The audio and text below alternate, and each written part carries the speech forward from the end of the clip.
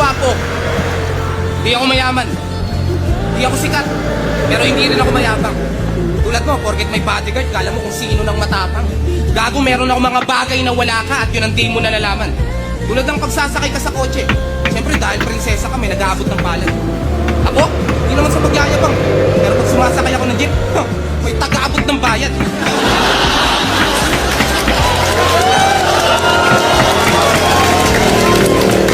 Kaya kung lalaitin mo ako sa pagiging mahirap ko, abay tarantado kang bakla.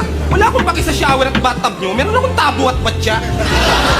Ganyan naman kayong mayayaman eh. Akala mo kung sino nang mabigat manghusga. Kung meron kayong libo-libo, meron din naman akong barya na mabigat sa bulsa. Palibasa, nakadepende ka sa magulang mo, kaya kala nyo, disente na.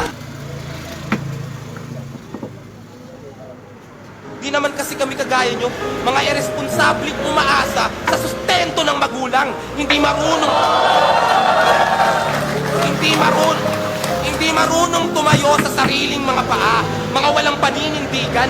Samantalang ang iba'y nagmimistulang alipin ng paninilbihan. Walang masama sa pagiging mahirap, lalo na kung nagsisikap gaya ko. Pag ako yumaman, okay lang.